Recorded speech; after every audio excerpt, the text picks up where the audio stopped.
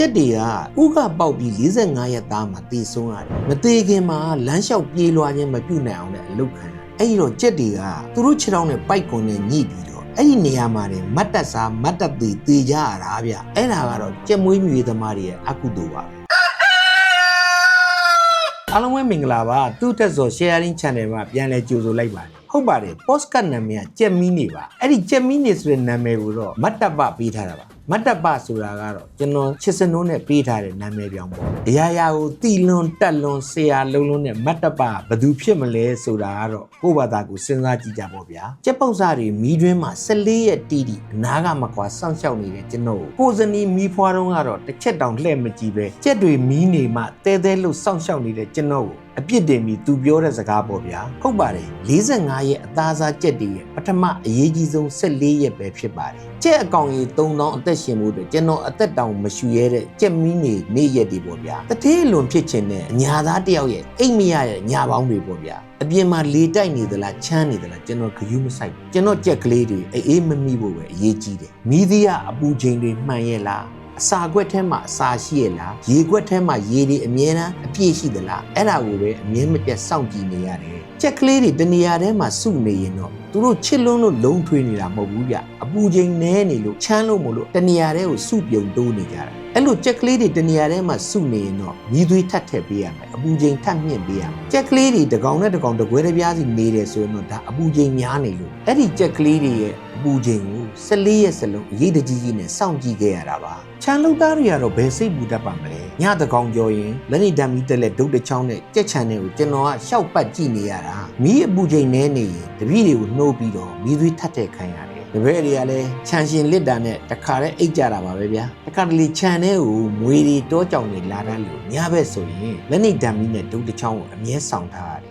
မွေတွေကကြက်ပေါက်ကလေးတွေကိုလာစားတာတောကြောင်တွေကတော့ကြက်အကောင်ကြီးမှလာစားတာဗျအဲ့ဒီအန်ရယ်တွေကြောင့်ကြက်ချန်ဆောက်တဲ့အခါမှာမြေပြင်ကနေခက်မြင့်မြင့်လေးဆောက်ရကြက်ချန်ဆောက်တုံးကအမှတ်တရဖြစ်ခဲ့တာလေးတွေပြန်ပြောပြအောင်မယ်ကျွန်တော်ကအင်ဂျင်နီယာဆိုတော့ကြက်ချန်ဆောက်တဲ့အခါမှာအောက်ခြေကိုမြင့်မြင့်ဆောက်တယ်လေကြောင်းဒါရိုက်ရှင်ကို90ဒီဂရီခံပြီးဆောက်တယ်ရည်ရွယ်ချက်ကဘာလဲဆိုတော့ကြက်ချေးတွေကအပေါ်ကိုပြန်ပြီးတော့အပူငွေ့မရိုက်အောင်လို့ကြက်ချန်ကိုခက်မြင့်မြင့်နဲ့လေကြောင်းတက်တဲ့ဆောက်တာတကယ်လက်တွေ့ဘဝမှာတော့ကြက်ချံကိုမြင့်မြင့်နဲ့လေချောင်းတဲ့ဆောက်လိုက်တော့လေတိုက်တာနဲ့တစ်ချက်တည်းကိုပြိုကျသွားပါလို့ဗျာကံကောင်းတာကအဲ့ဒီတုန်းကကြက်ပေါက်စားလေးတွေတကောင်မှခြံထဲမထည့်ရသေးခင်မှာကြက်ချံကမြေပြင်ကိုပြားပြားဝှစ်ဖြစ်သွားတာဗျာကြက်ချံကိုကျွန်တော်တို့ကပေ30ပေ150လောက်အဆောင်ကြီးဆောက်တယ်ဗျာတိုင်ကတော့ဝဘိုးဝါအခင်းကတော့ဝါအမိုးကတော့ဒနီးနဲ့မိုးကြက်ချံတစ်ချံနဲ့တစ်ချံကိုလည်းအနည်းဆုံးပေ100စီလောက်ခွာထားတယ်ဘာကြောင့်လဲဆိုတော့ခြံတစ်ချံမှာယောဂဖြစ်ရင်နောက်တစ်ချံကိုအလွယ်တကူကူးဆက်လို့မရအောင်ပေါ့ဗျာကြက်တွေစွန့်ပစ်တဲ့ကြက်ချေးကို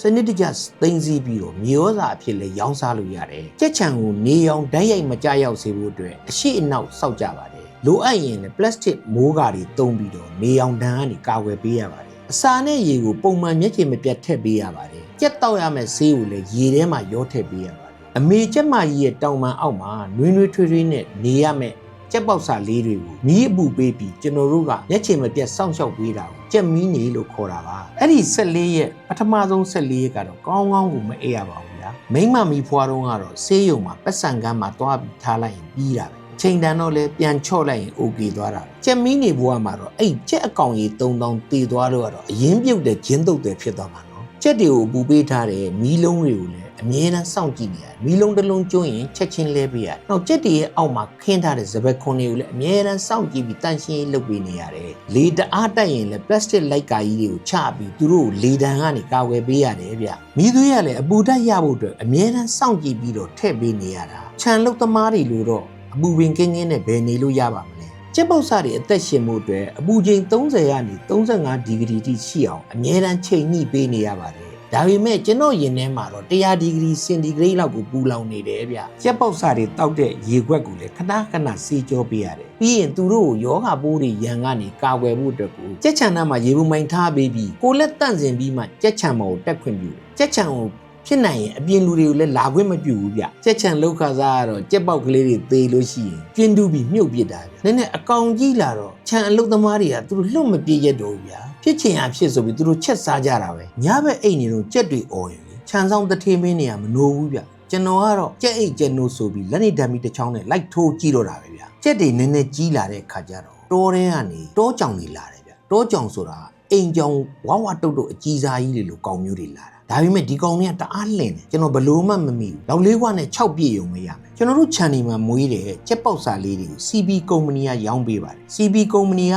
ကြက်ပေါက်စာလေးတွေရောင်းပေးတယ်ကြက်စာတွေရောင်းပေးတယ်အဲ့ဒီကြက်တွေကိုလည်း CB ကြက်တွေလို့ခေါ်ကြတာပေါ့ဗျာ CB ကြက်တွေရဲ့ဘဝကတိတ်ပြီးတော့တူတောင်းပါတယ်သူတို့က45ရက်လောက်ပဲအသက်ရှင်သန်ခွင့်ရကြတာ14ရက်ကြက်မီးနေပြီးရင်တော့ကြက်ပေါက်စာလေးတွေကိုမှအမွေးတောင်လေးတွေထွက်လာပြီးတော့ပြေးကြလွှားကြစားကြတောက်ကြနဲ့ကြည့်လို့တော်တော်ကောင်းတယ်ဗျမြည်သွေးပြီးဖို့နဲ့ပတ်ထားတဲ့နှီးဖြာကြီးတွေအကုန်လုံးကိုဖယ်လိုက်ပြီးတော့သူတို့ကြက်ချံပေါ်မှာလွတ်လွတ်လပ်လပ်ပြေးလွှားခွင့်ပေးလိုက်တယ်ကြက်ကလေးတွေကပြေးလိုက်လွှားလိုက်စားလိုက်တောက်လိုက်နဲ့ပျော်ရွှင်နေတာမြင်ရတော့ကျွန်တော်လည်းသူတို့ကိုကြည့်ပြီးပီတိဖြစ်ရတယ်ဗျကြက်မွေးတာကိုအကုသိုလ်အလုံးလို့တချို့မြန်မာတွေကအယူသီးကြတယ်ဗျကြက်မွေးမြူရေးသမားတွေအကုသိုလ်ကြီးပုံလည်းပြောပြခြင်းနဲ့ဗျကျွန်တော်ကြက်မွေးတော့သူများခြံကိုသွားလဲပြီးတော့ဘုသူတ္တယူရတယ်နီးနာယူရတယ်တခါချမ်းတစ်ချမ်းမှာကျွန်တော်သွားကြည့်တော့ချက်တီထားတဲ့ကြမ်းခင်းရဲ့အပေါ်မှာအနက်ရောင်နိုင်လွန်ပိုက်ကုန်တွေဖြန့်ခင်းထားတယ်ကျွန်တော်အဲ့ဒါနဲ့ဘာလုပ်တာလဲလို့မေးလိုက်တဲ့ခါကျတော့ကြက်တွေဝါကြမ်းခင်းပေါ်မှာရှောက်ပြေးနေရင်အစာစားပြီးဝိတ်မတက်လို့ဝိတ်တက်အောင်ပိုက်ကုန်ခင်းထားတာတဲ့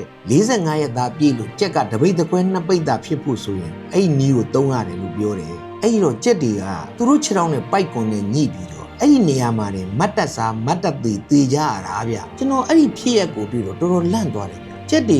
ဥကပေါက်ပြီး45ရက်သားမှာတည်ဆုံးရတယ်45ရက်ကြာတဲ့အခါမှာတက်ရောင်းမဲ့ကြက်ပဲဈေးကိုရောက်ပြီးတော့တည်ဆုံးကြတယ်မသေးခင်မှာလမ်းလျှောက်ပြေးလွှားခြင်းမပြုနိုင်အောင်လည်းအလုပ်ခံရတယ်အဲ့ဒါကတော့ကြက်မွေးမြူရေးသမားတွေရဲ့အကုသိုလ်ပါကြက်အဝယ်တိုင်းရဲ့အကုသိုလ်ကိုလည်းပြောပြအောင်ကြက်တွေ45ရက်ပြည့်လို့လာဝယ်တော့မယ်လို့အကြောင်းကြားရင်6နာရီအတွင်းမှာအစာရည်စားလုံးဝမကြွေးရဘူးလို့ကန့်သတ်ထားတယ်အဲ့လိုဘာကြောင့်ကန့်သတ်တာလဲဆိုတော့လေကြက်ရောင်းတဲ့သူနဲ့ကြက်ဝယ်တဲ့သူညံညင်းပြန်ရနေဖြစ်လာတာဗျကြက်ချံပိုင်ရှင်တွေကကြက်ကိုလာဝယ်တော့မယ်ဆိုရင်ကြက်တွေကိုအစာတွေအများကြီးကျွေးတယ်လေချောင်းတွေရောဇလုတ်တွေရောအစာတွေပြည့်နေအောင်လုပ်တယ်ကြက်တစ်ကောင်9ချက်သားအစာစားတယ်ဆိုရင်များကြက်အကောင်ကြီး3000ဆိုဘယ်လောက်ပိတ်ပင်တုံးလဲခင်ဗျစဉ်းစားကြည့်လိုက်ကြက်ချံတွေကအဲ့လိုလုံမှန်းကိုတိတဲ့ခါကျတော့ကြက်ဝယ်တဲ့သူတွေကမဝယ်ခင်6နာရီလုံးဝအစာမကျွေးရဘူးဆိုတဲ့အမိန့်ကိုထုတ်လိုက်တယ်ကြက်မွေးမြွေလောက်ကငွေဖြစ်လေတယ်လို့ဂယုတစိုက်လောက်ရတဲ့အလုပ်လည်းဖြစ်တယ်ဗျကြက်ချံကိုတစ်ပတ်2ခါလောက်တော့တိရစ္ဆာန်စိတ်ကူဆရာဝန်ကလာကြည့်ရတယ်လိုအပ်တဲ့ကာကွယ်ဆေးထိုးတာတွေတောက်ဆေးပေးတာတွေကျန်းမာရေးစစ်ဆေးတာကိုအမြဲမပြတ်လုပ်ပေးနေရတယ်မွေးမြူရေးသမားဘဝကတော့တညာလုံးစောင့်ပြီးတော့ကြည့်လိုက်လို့မနဲ့မိုးလင်းတဲ့အခါမှာကြက်ကလေးတွေ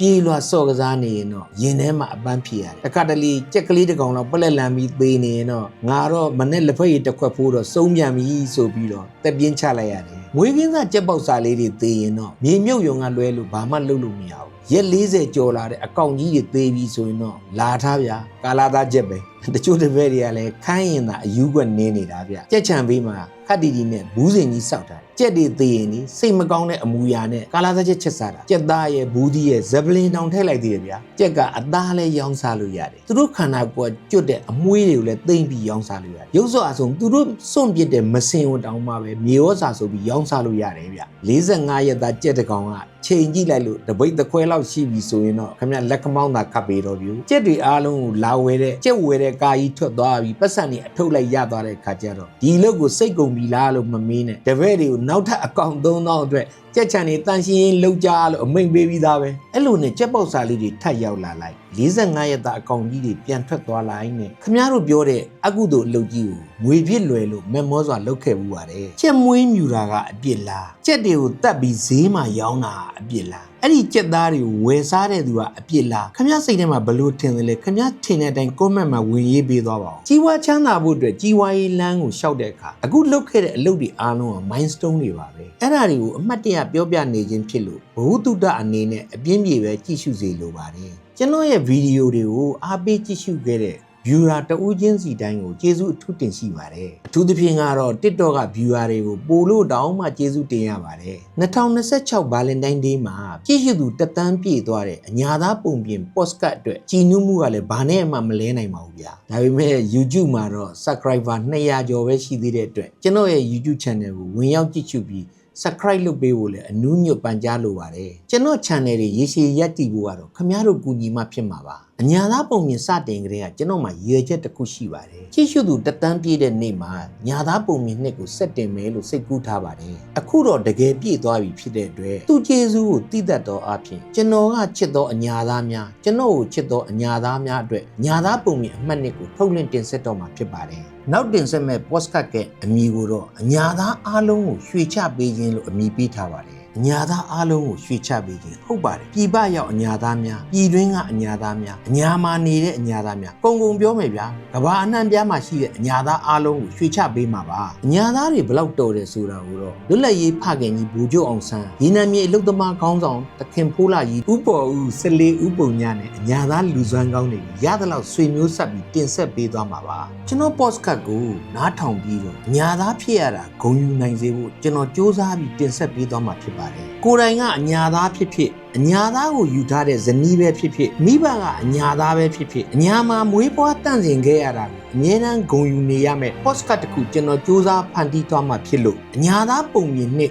အညာသားအားလုံးကိုရွှေချပေးခြင်းကိုစောင့်မျှော်ကြည့်ရှုကြဖို့လည်းပန်ကြားလိုပါတယ်TikTok မှာအပြည့်အဝမကြည့်လိုက်ရတဲ့သူတွေအနေနဲ့ကျွန်တော်ရဲ့ YouTube Channel ကို like ပါကြည့်ရှုပြီး Subscribe လုပ်ပေးဖို့တောင်းဆိုလိုပါတယ်လူမီးနေတာကိုဂယုတစိုက်မရှိပဲကြက်မီးနေတဲ့အခါမှာစက္ကန့်မလန့်စောင့်ကြည့်ခဲ့ရတဲ့ကြက်ချံပိုင်ရှင်တယောက်ရဲ့ဘဝကိုအဆုံးထိ like ပါကြည့်ရှုပေးသူတူးချင်းစီတိုင်းကိုအထူးပဲကျေးဇူးတင်ရှိပါတယ်အညာသားအားလုံးကိုရွှေတုံးကြီးဖြစ်သွားအောင်ရွှေချပေးမယ်ကဘာတဝမ်းကအညာသားအားလုံးအတွက်ဖန်တီးထားတဲ့အညာသားပုံမြင်နှစ်မှာပြန်လည်စုံစည်းကြပါစို့လားခင်ဗျာကြည့်ရှုသူအားလုံးရန်သူမျိုး၅ပါးဘေးရန်မှကင်းဝေးပါစေလို့ဆုတောင်းပေးလိုက်ပါတယ်ကျွန်တော်သူ့ထက်စောပါ